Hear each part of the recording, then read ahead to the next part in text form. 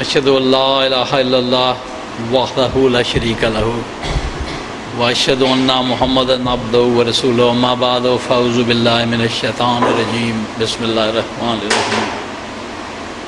The topic I've been asked to speak on in English is the social life of the Holy Prophet Muhammad. If I had been addressing one of our other meetings on this topic, I would have made some notes by hand and then referred to those.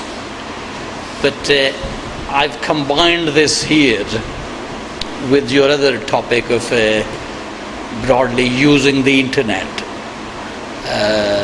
in our Jamaat's work, so that I can show you a bit of that as well in connection with the same topic. So the first thing to note about the social life of the Holy Prophet Muhammad is that the Holy Quran teaches us that he was a mortal human being just like one of us. So I've read such verses in the Holy Quran several times that say to people, I'm only a mortal like you. So if I want to find where they are, then at this website which I manage, amdiyar.org, I've got here a search engine which I designed about nearly 10 years ago myself. So the word I remember from that verse is mortal. If I search for that single word, and maybe if I click display Arabic text as well, then this will show me everywhere in our English translation of the Quran where the word mortal occurs. Of course there are other occurrences there, not only the one which I'm looking for. You see, the word mortal is in red because that is our search term, and that's how the search engine designed by me works. So here we have, say I'm only a mortal like you, which is the verse I was looking for, that Allah tells the Holy Prophet Muhammad to say to people that I'm a mortal like you. I could have done a more accurate search. Maybe if I searched for mortal and like, show all verses containing the words mortal and like, obviously in the English translation, and still quite a few come up. But here's one, say I am only a mortal like you. And again here, say I am only a mortal like you. Of course I could have searched, added you in the search, and then only those would have appeared. So if I had said in the search, I know the precise phrase, so I don't need to use this and, I could have said mortal like you. And it shows just those verses containing mortal like you. Of course it includes things like mortal like yourselves as well. But anyhow, so we start from that the social life of the Holy Prophet Muhammad was just that of a human being who does not place himself on a pedestal above other human beings. And his opponents actually raised this as an objection. They said, what kind of a messenger is this who eats food and who goes about in marketplaces? So luckily I remembered that the word market is in that verse in English, so I searched for market and two verses come up quite close to each other, and they say, what a messenger is this? What kind of messenger from Allah is this? He eats food and goes about in the markets. In other words, just like we go to shops to buy things. He does the ordinary human activities. So they object that how can he be a messenger of Allah? Because their conception is rather different, that it would be some sort of a worker of wonders who lives a life different from ordinary people. So why does he need to do the mundane, routine things of life? But the Holy Prophet Muhammad, apart from, of course, the fact that he received revelation from Allah, which makes him different from other human beings, then he acted as an exemplar to people, as a teacher. But in his, as you say, social life of how to deal with people, how to greet them, how to sit with them, how to make friends with them, how to marry, etc., how to treat your wife, your children, in your friends, in all those ways, he had a social life, and he led that according to, of course, the moral teachings of Islam. So I will now refer to a book by Maulana Muhammad Ali, Muhammad the Prophet, which I have here. It's just a PDF file, so I'll just display the appropriate, I'll just open it on the screen and go to the appropriate chapter. So reduce the magnification a bit. Of course, I've looked up the list of content, so I know roughly where to go to, and I haven't gone far enough, so I'll just carry on.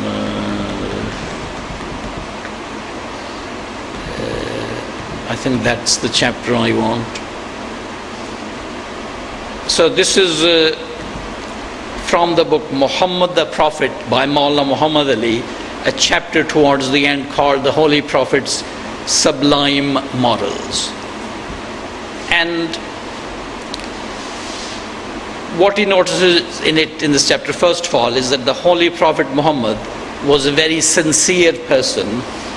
He loved doing good for its own sake, and he had very high morals which attracted people to him. He would do all things with his own hands. The small things that we do, the small tasks, like pouring your water or getting up to do something, rather than asking some servant to do something. He would do all things with his hands. If he wanted to give alms to a beggar, he would do it with his own hands directly. You see, he could have sent to someone else. A beggar comes along, he could say to some assistant, give him 1 dirham or something like that. But no, he would himself do it. And then he would assist his wives in their household duties.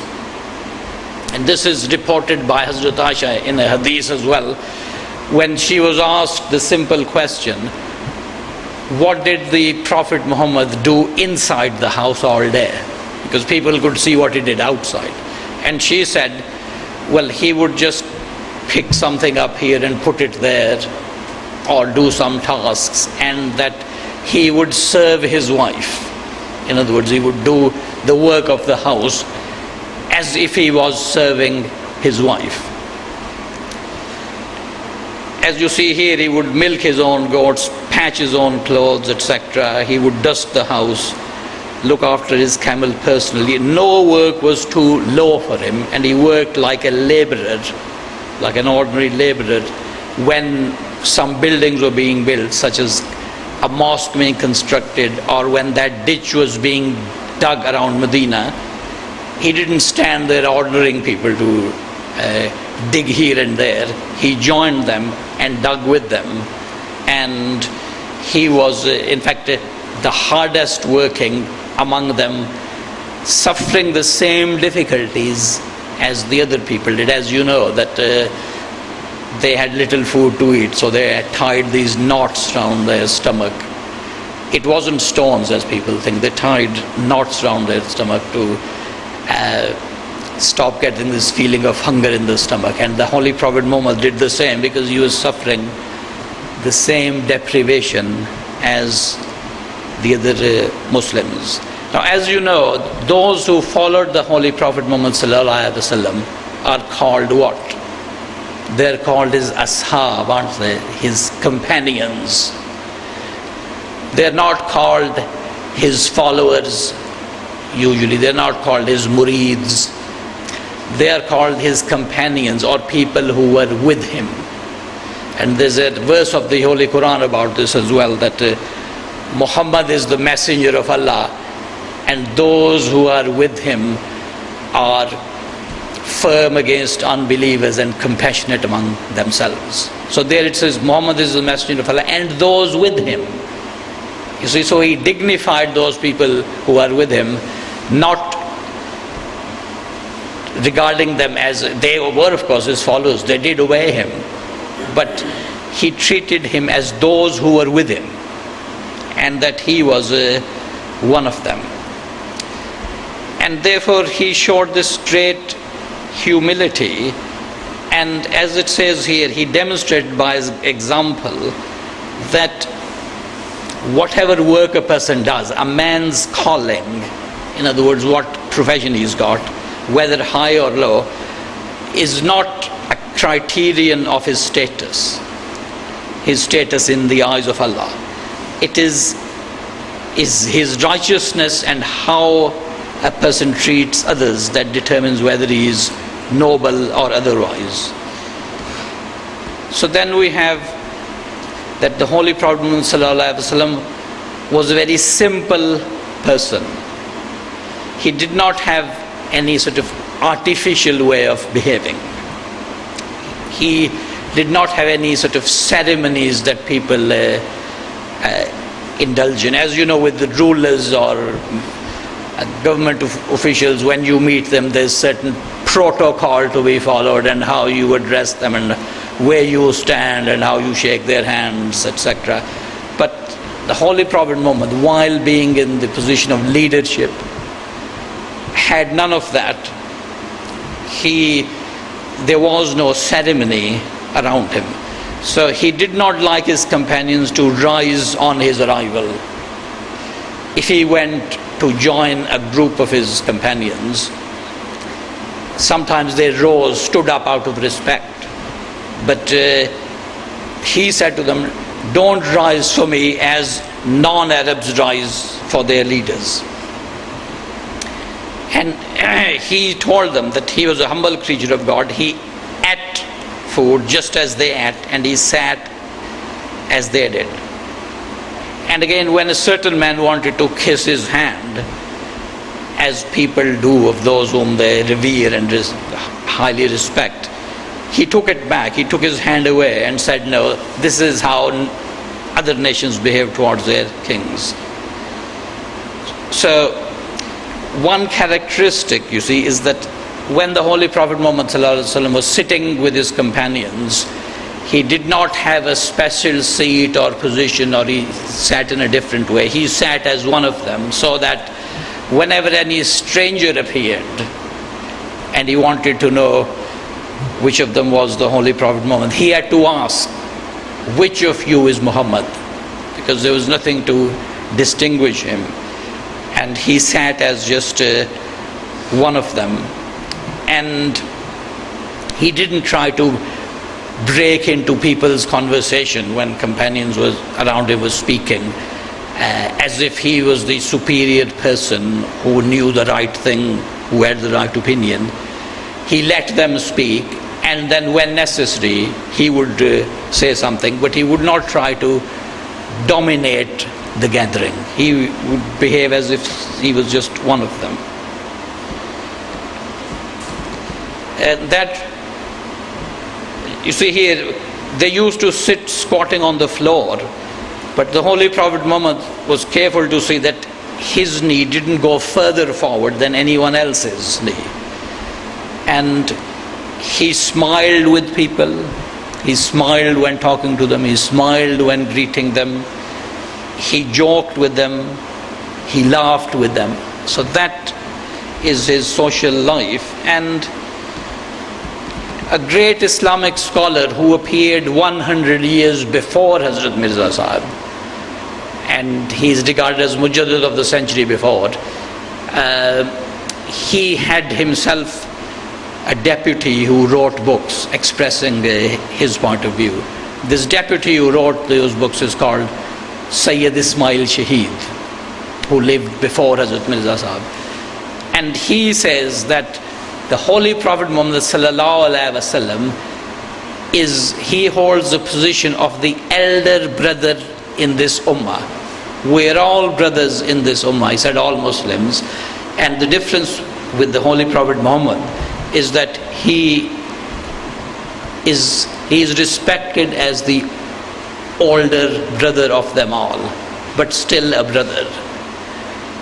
Now you may be surprised to hear that many Muslim religious leaders objected to this, and they accused him of insulting the Holy Prophet Muhammad and saying that the Holy Prophet Muhammad is just like one of us. And he said, yes, it depends on which relationship you're talking about. If you're talking about the relation between Allah and human beings, then the Holy Prophet Muhammad and all prophets are just like us on the same level. If you're talking about relations between human beings only, then the Holy Prophet Muhammad is our elder brother. We give him that same respect as you would to an older brother. But the older brother is subject to the same law and rules as you are.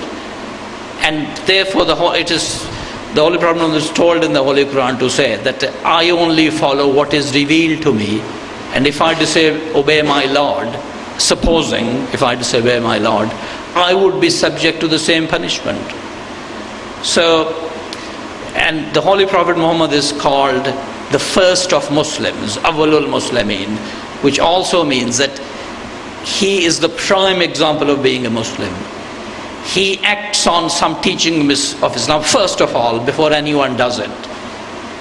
Whatever others are required to do, he does it first of all and in the best possible way. And this also is reflected in his social life. And you read here about his food, that he didn't used to eat very much. His food was the simplest, which normally consisted of just dates and water and maybe some other cereals now and then, milk, wheat. But if someone sent him something delicious, you see, like some so-called holy people who would say, well, we are far too noble and holy to eat this rich food. We are very simple. We lead an austere life. But the Holy Prophet Muhammad did not have such pretenses.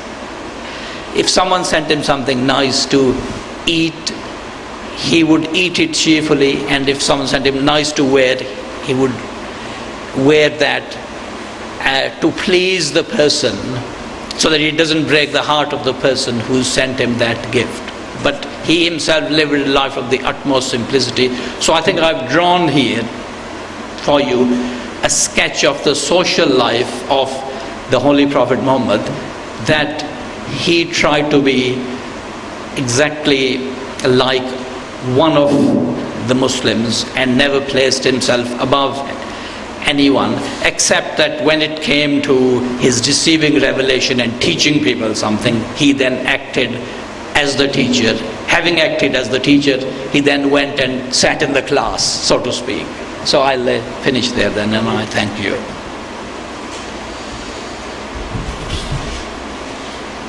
Thank you, Dr. Zahid. I may welcome Mr. Shahid Aziz. He will talk about the impact of the social media on the Islam. And after his speech, we have 50 minutes till 20 minutes that we can ask him questions about the topic. I hope there's a lot of questions.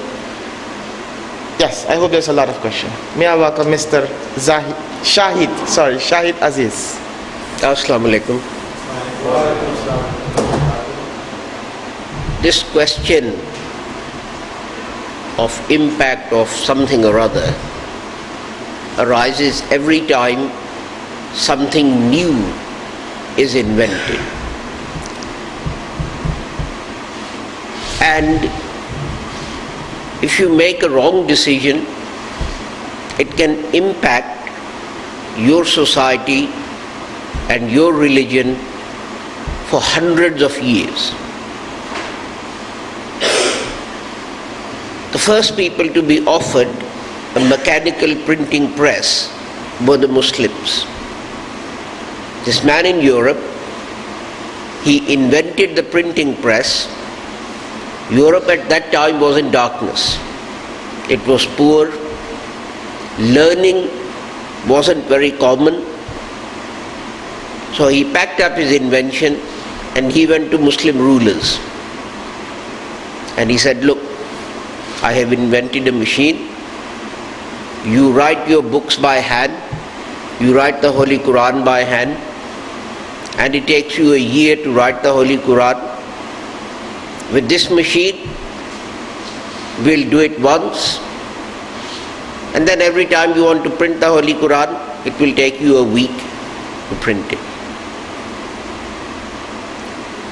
So whoever the ruler was referred it to the ulama, the Maulvis. And what did they say?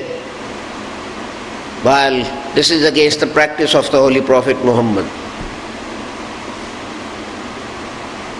His companions always wrote the Holy Quran by hand. So sorry, we are not going to approve of this. So he took his machine back to Germany and he printed the first Bible on it, and Muslims were left behind because in Europe books became very cheap. One reason that spread of knowledge and education was restricted was that it was very, very expensive to access the source of knowledge. All the books, as you know, were written by hand, which made them very expensive. This made books very cheap. So ordinary people could buy them. This spread the knowledge. And if you have more people who are educated and who know things, there is more chance of people inventing things and development and so on, and Muslims got left behind. So you can see just one wrong decision left Muslims hundreds of years behind Europeans in advancement of knowledge and science and inventions and so on. When photography reached India, this question rose again. Its impact on Islam, is it halal, is it haram, or whatever. And Hazrat Sahib gave a very simple reply. He asked a man, here is a sword. Someone takes this sword, comes into your house, kills you, rapes your wife, loots your possessions. Is that halal or haram? They said, definitely haram. So he said, but if you take the sword away, the same sword, if you take it away from the man and you kill him, is that halal or haram? And he said, that's definitely halal. So Hazrat Sahib asked him, what's the fault of the sword? What's the fault of the sword? He said, it's not a thing that is halal or haram. It is what you do with it that's halal or haram. So with this one simple sentence, and we have this in Ahl Sunnat wal Jamaat, every time something new is invented, there is a great big debate with meetings and seminars and lectures and books and magazines, had it in Suriname, with television, with video, everything that is invented. But Hazrat Sahib solved it with one sentence: nothing is haram or halal or haram, it is used that is halal or haram. So he had a camera brought to Qadian. He had his photograph taken. And he had his photograph printed, because he said one thing that impresses people is that they can look at someone's face, and we do this, we look at someone, oh, he looks a bit cunning, he looks a bit stupid. Then you look at Santo Sahib and say, oh, he looks a bit holy. So he said people will be able to see me and decide for themselves whether this is the face of an impostor and a liar. When new printing technology arrived in India, although to get books printed on those machines was 3 or 4 times more expensive, Hazrat Sahib took the trouble to get his books printed on those expensive machines. See, he knew psychology a lot. He said, it doesn't matter how great the material is inside a book. If it doesn't look good, people are not going to read it. And we do this ourselves. When we look at magazines and things, the first thing we look at is how attractive is this book or magazine, the cover and binding and so on. So he would go to the trouble of using the latest technology to have his books printed. When recording was invented,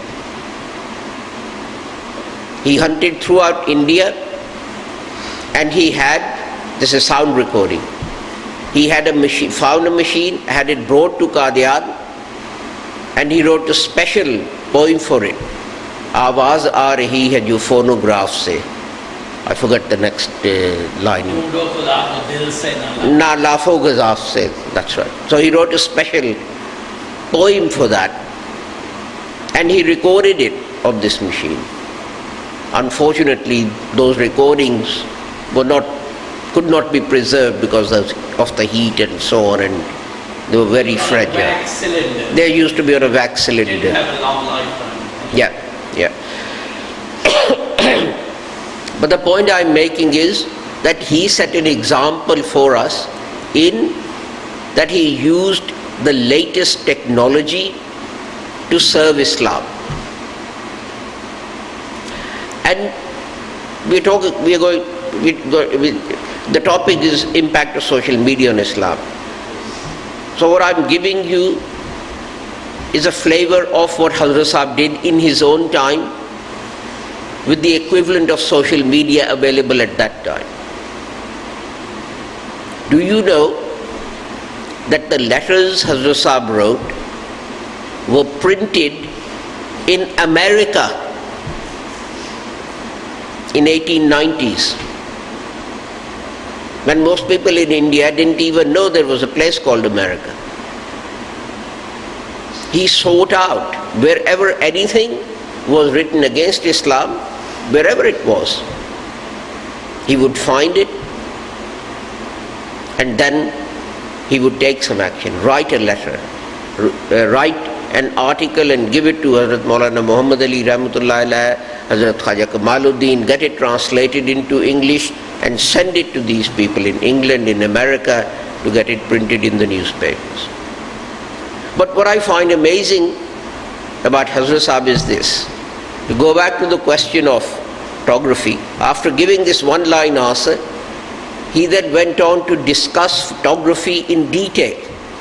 And I don't know how he knew these things, because these things had just been invented in Europe.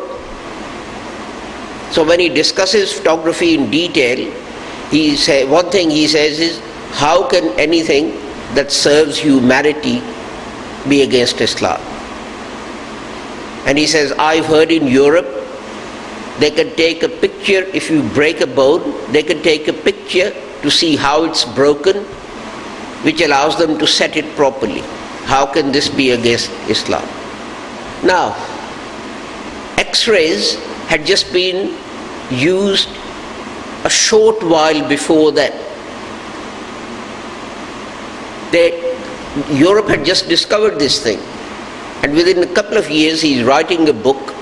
This was a scientist who went off and he left some radioactive material and a photographic plate and I think his wife's ring or something, and he came back and he tried to use that photographic plate and he saw that it had already been exposed.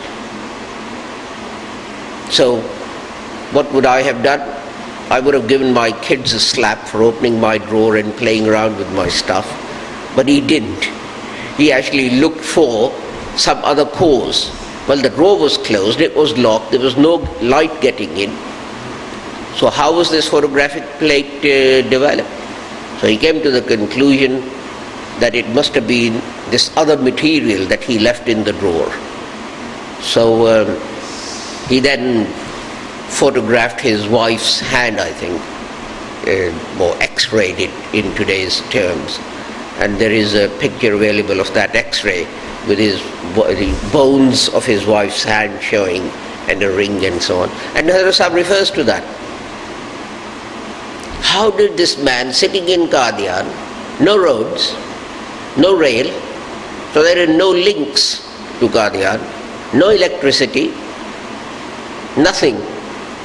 You go to bed at 7 o'clock because it's dark outside and you can't see anything. How did he know these things? And then he goes on to say that I've also heard that in Europe, and it is actually a proper subject in botany and zoology and so on, it's called categorization of species. So you say, I don't know whether there's a biologist or a botanist here. So you have, the kingdoms and the species, and you classify them and say this belongs to this one and this belongs to that one.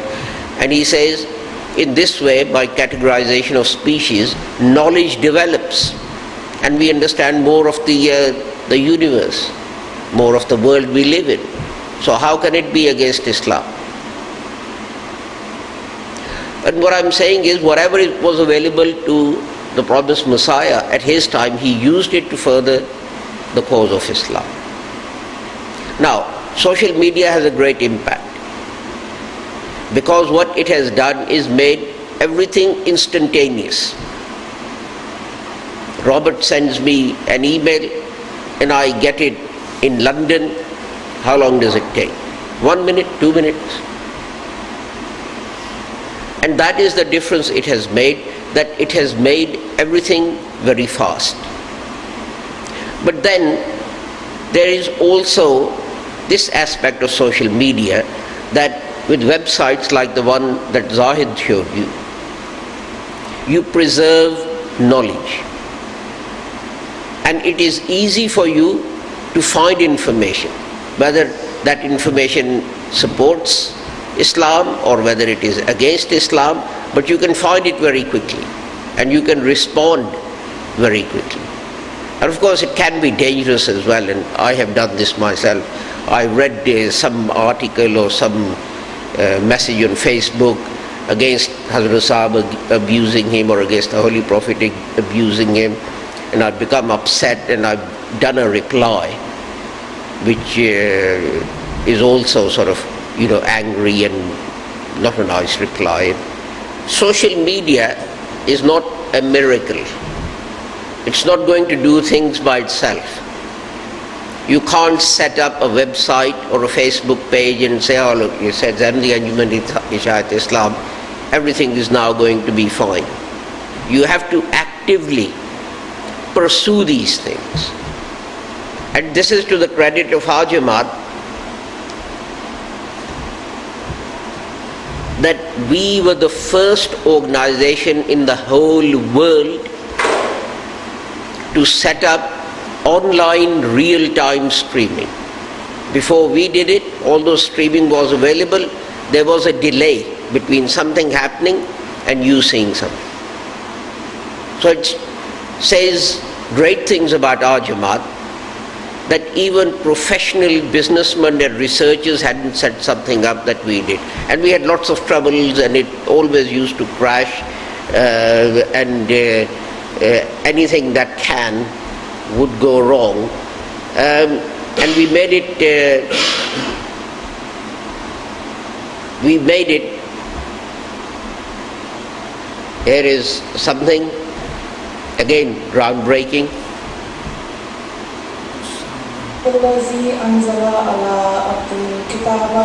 This is Habiba in UK. This is a recording, but this lady is actually delivering the Friday khutbah at our mosque. There was a gap. We needed someone to deliver the Friday khutbah, and someone said, well, Habiba is there, why can't she deliver a Friday khutbah? And she did, and it's on there. And you can, it was supposed to be multimedia, videos and this kind of thing, but then we started finding useful articles which we thought, people should see. And there are articles written by, and we find things like this, which we try and bring to a wider public's attention. From Spain, Jews were expelled by Christians, and so were Muslims. The Jewish government has now passed a law saying that the Jews who lived there can go back to Spain and try and reclaim their property if they have evidence and so on. So we raise the question here, why are you discriminating against Muslims? You are inviting the Jews back, but not the Muslims. Why not? There is a lot of such information which is available, and an important thing that social media does, that it allows someone who has that information to quickly and easily share it with a wide audience. Now, I came across this news item, and how long would it taken me to sort of photocopy 100 copies, send one to Robert, send one to this one, send one to that one, and so on. Here it's there. Anyone who types in Spain, anyone who types in 16th century, anyone who types in Jews, anyone who types in Muslims, this is one of the things that will come up. I actually wanted to show you another article which I can't find at the moment, and you can email comments, you can start a discussion, and people do. I gave a khutbah about rights of women, and there are some critics interestingly, there are a number of critics of Islam in our Jamaat who regularly look at our broadcasts, either live or recordings when they put up, and some of them sometime comment, and we respond to those comments. Now, since we set this up, I'm saying this from memory, 78,000 hours of videos have been downloaded. Now, how long would it have taken us to get 78,000 hours of videos out to people? So obviously they're making use of it, and sometimes we find that Bilalian Muslims in America, for example, regularly download our videos and so on, then use them in their khutbahs and lectures. And we had comments from places like Australia, New Zealand, where there were small groups of Ahmadis, and they were having difficulty preparing khutbahs and so on and so forth, and they said, we are very pleased because we go to the virtual mosque and we listen to a khutbah and we take ideas from that. It may not be the same khutbah that we deliver, but it gives us an idea, and we make up our own khutbah, and then we deliver it. So you can see how idea sharing is made easy. We are a small Jamaat. Those people might have ended up or being forced to go for Jummah prayers to a Sunni mosque, to a Qadiani mosque, or Eid prayers to a Sunni mosque or a Qadiani. They don't need to anymore. They can look at this material, they'll get ideas, they can tailor it for their own circumstances and situation, and then go and deliver a khutbah. So this is the sort of interactive part of social media. This is our Facebook page, and the first message on there makes my point. It says Deobandi Arari Pig Maulvi Abdus Suleiman Alaf something or other. So, it's up to you what you want to use it for. You want to use it to call people pigs and so on. That's why you had that. And here is something from Hazrat Sahib. I've already written a reply to this. Look, the dead has come to life. So maybe you'll see something here by me, maybe not. No, he's deleted it. What I said was, we've already answered this question. Why is it that after every few weeks or months you reload it and ask the same question? But if we go to can you see that?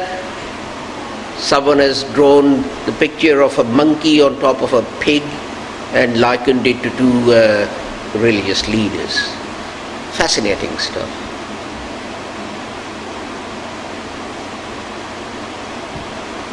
Now, if we go here, you can see up there it says 4,215 friends. And every day I update this. You may know this or you may not know this. Every day I update this. So 4,215 people get whatever message it is. They may not read it in detail, but the message gets to them. Some obviously bother to read it because they reply and contact us and so on. And really, impact of Facebook is that this was responsible for the creation of a Jamaat in France, and this has been responsible for creation of a Jamaat in Sri Lanka. Someone saw our messages, he was in France, he contacted us, we corresponded, and so it went on. Someone in Sri Lanka saw this, he contacted us, we corresponded. He is now trying to set up a Jamaat in Sri Lanka, and he has done something very useful.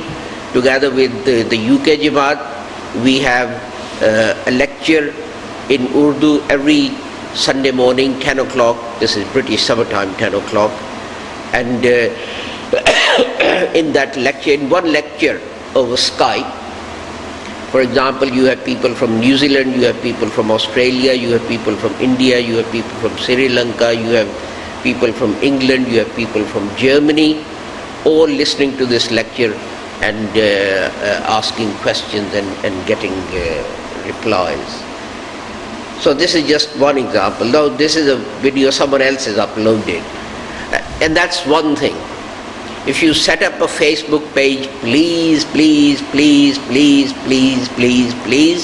look at it every day. You want to upload something, go and do it. I don't mind. If I think it's worth it, I'll go and reply to it. And really, that's very useful, because sometimes you learn.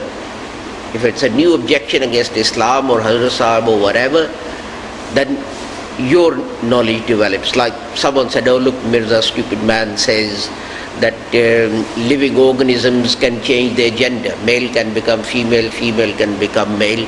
I didn't know this could happen. And I gave some reply. And then I was somewhere and I actually saw that yes, this is true. So I did more research on the internet and gave a more authoritative reply, which shows that science says frogs and fishes and other things, males can become female. And this is a video, this is someone against our Jamaat, Dr. Amar Liaquat. He's sitting in the middle, and someone has uploaded a video which I haven't taken down yet, and in that he uses obscene language against other Maulvis and other people. So someone uploaded that. And another thing I do is, you'll see this, it says around the Muslim world on whatever, Thursday, Friday, whatever.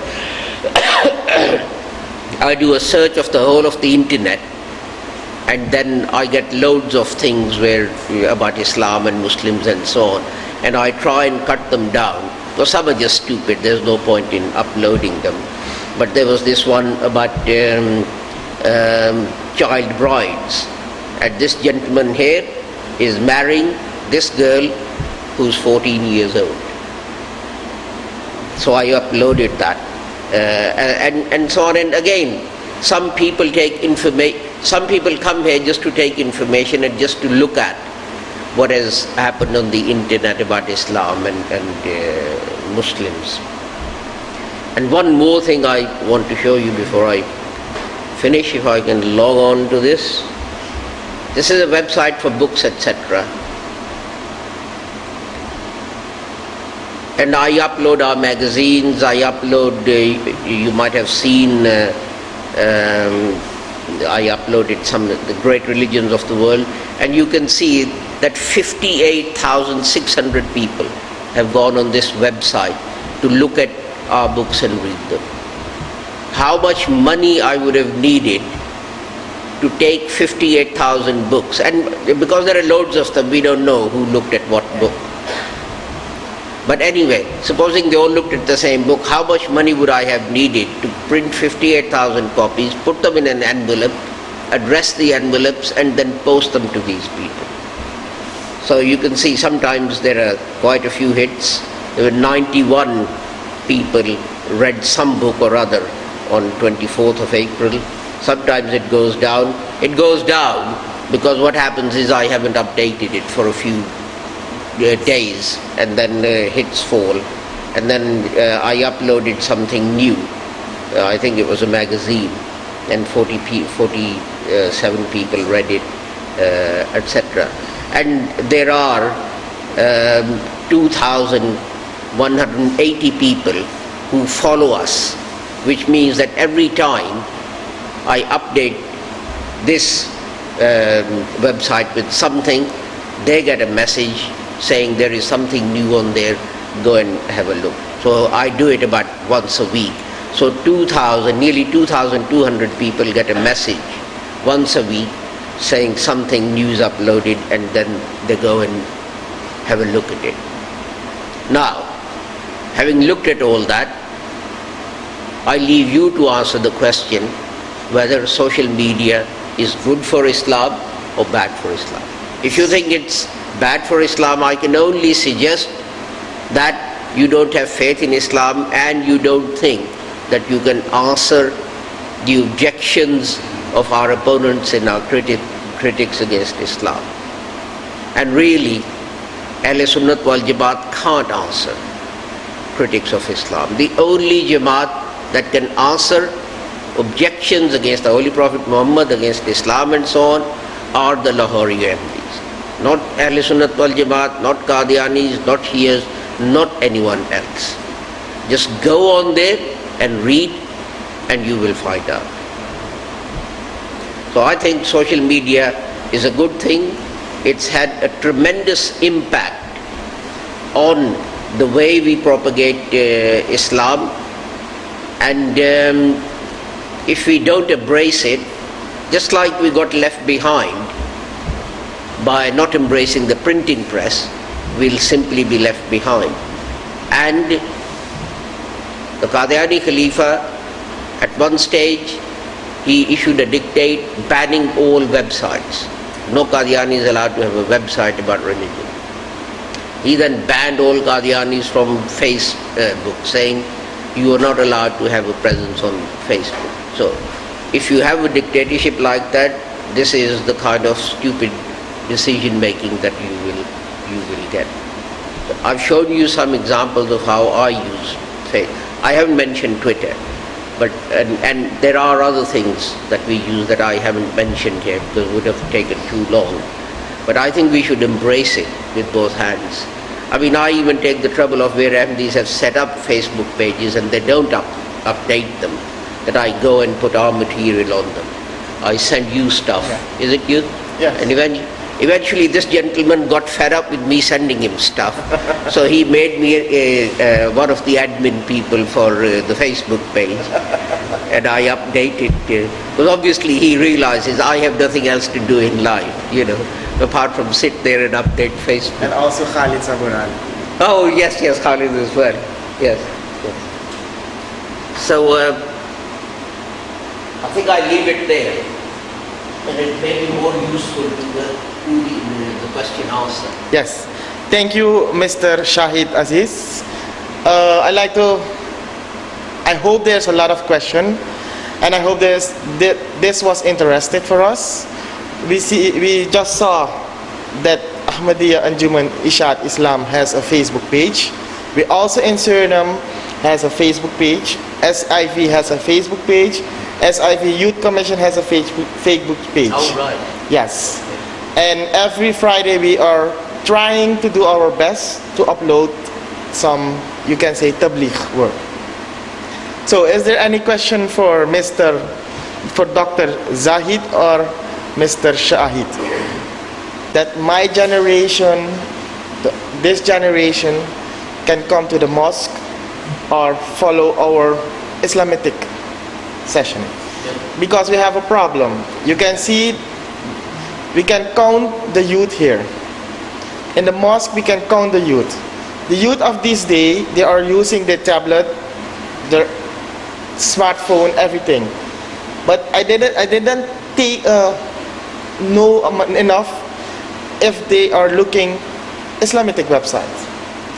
What can we do to help this?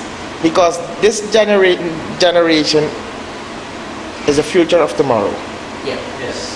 Actually, one thing that Zahid mentioned that I forgot here, which is useful on virtual mosque. We've got this links page. And if you click on there, then it says link social media, YouTube, Twitter, our websites, aail.org, ahmadiyya.org, the Netherlands Jamaat website, workingmuslim.org, reference website, this is the Holy Quran search, wiki page, etc. So, yes, nothing is going to survive if it's not relevant to the youth. Yep. Now, who joined the Holy Prophet Muhammad? If you look at his life, his companions were mostly young people who were fed up. There were older people as well, but a lot of them were young people who were fed up with what was happening in Makkah, and they wanted change, and he gave them change. Now, in his time, the mosque was the center of activities. You went there to pray, you went there for weddings, you went there to discuss the problems being faced by Muslim community and to take decisions. You went there when Christians from Najran came and they wanted to debate and discuss the claims of the Holy Prophet Muhammad. You went there when one of the kings in a neighboring country sent Holy Prophet a delegation and that had magicians and gymnasts and so on, and they all performed in the Prophet's mosque. Now we have made mosques in a way irrelevant to the lives of people. You go there when you realize you've only got a few years to live and you're going to die, and you look at your life and you see a mountain of sins that you've committed, and you start running to the mosque and start praying 5 times a day because you believe that God will hold up this balance, good deeds on the right hand side, bad deeds on the left hand side, and whichever side this inclines to will decide whether you go to heaven or whether you go to hell. So because the left hand side is now this high, you, by your prayers and so on, you're trying to even out the balance.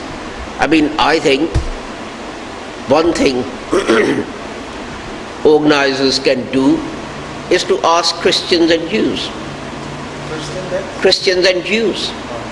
They have had exactly the same problem, that youth is drifting away from the church and the synagogue. So what do? And one thing you can do is, just like Holy Prophet made the mosque relevant to the lives of the people, make it relevant to the lives of the people. I can't see why a mosque can't have a snooker table. I can't see why a mosque can't have an interactive computer room. I can't see why a mosque can't have table tennis tables. Inside. Well, yes. Not, perhaps separate rooms for these things.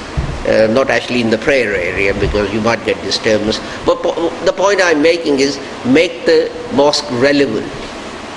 Every mosque should have a library, and it should just be a religious library. It should be a library for all kinds of books. If you provide them with internet connectivity, so that they can search the internet, and you have to be careful, of course, that you put appropriate passwords and ban certain websites and that kind of thing, because anything you can use for good or for bad. Just like the example that I started with. But you have to do a survey, find out what young people want. Is there any problem if we can use a beamer or a projector in the mosque to make some khutbahs interesting for the youth? Because the youth of today, I don't think that they can understand Urdu. Yes. Well, then the mosque is not relevant. Will be there a problem if an imam came with a laptop and a projector? And No. There's nothing to. I wanted to show you something. You see, here we've got something. The hot issue in England at the moment is halal meat and animal welfare.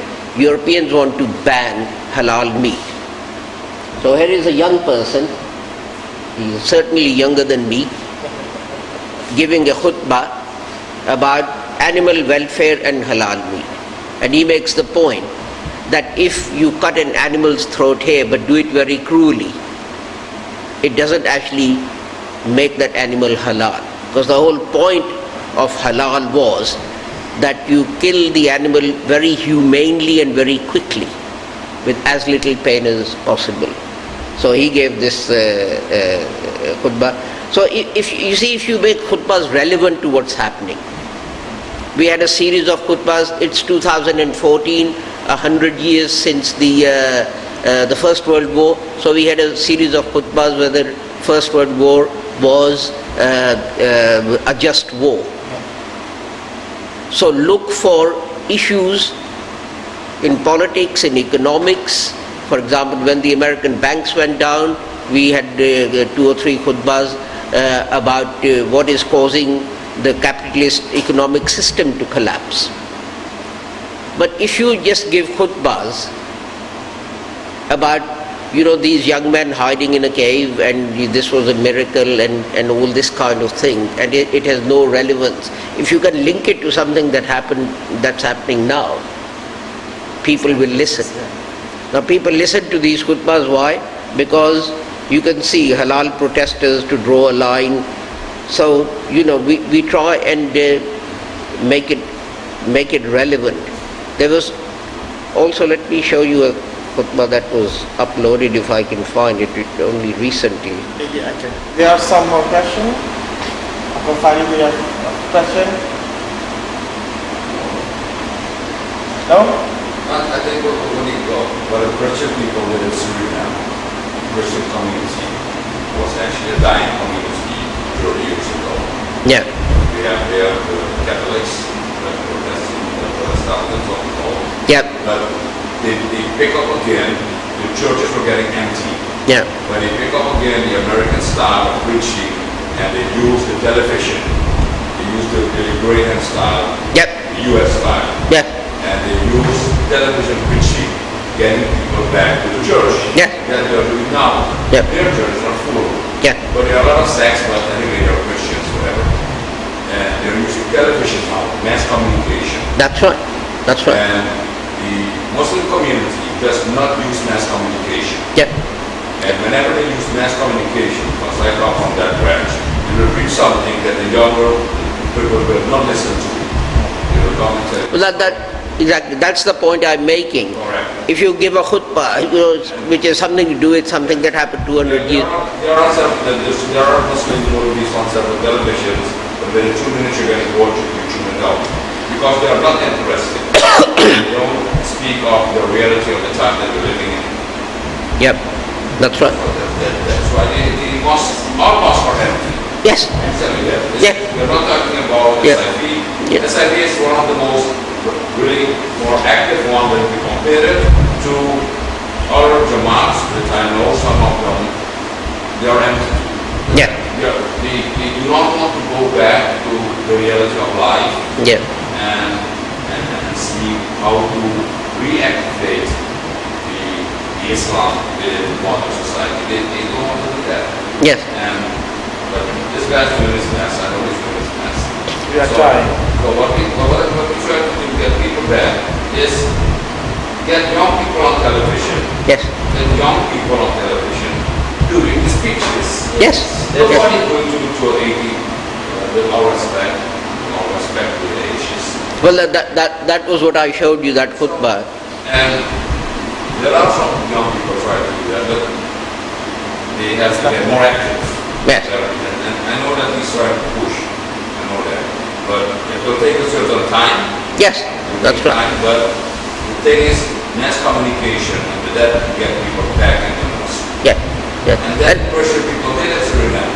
And in the last 30 years or 20 years you had a lot of other sectarian groups, whoever knows where they are.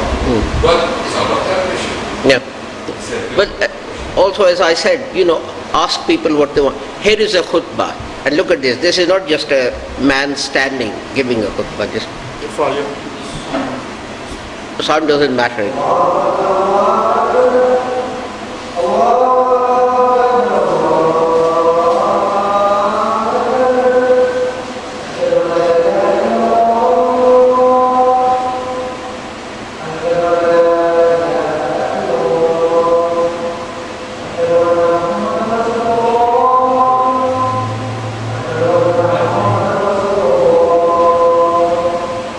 See, this is not just a man standing there speaking, to make it interesting.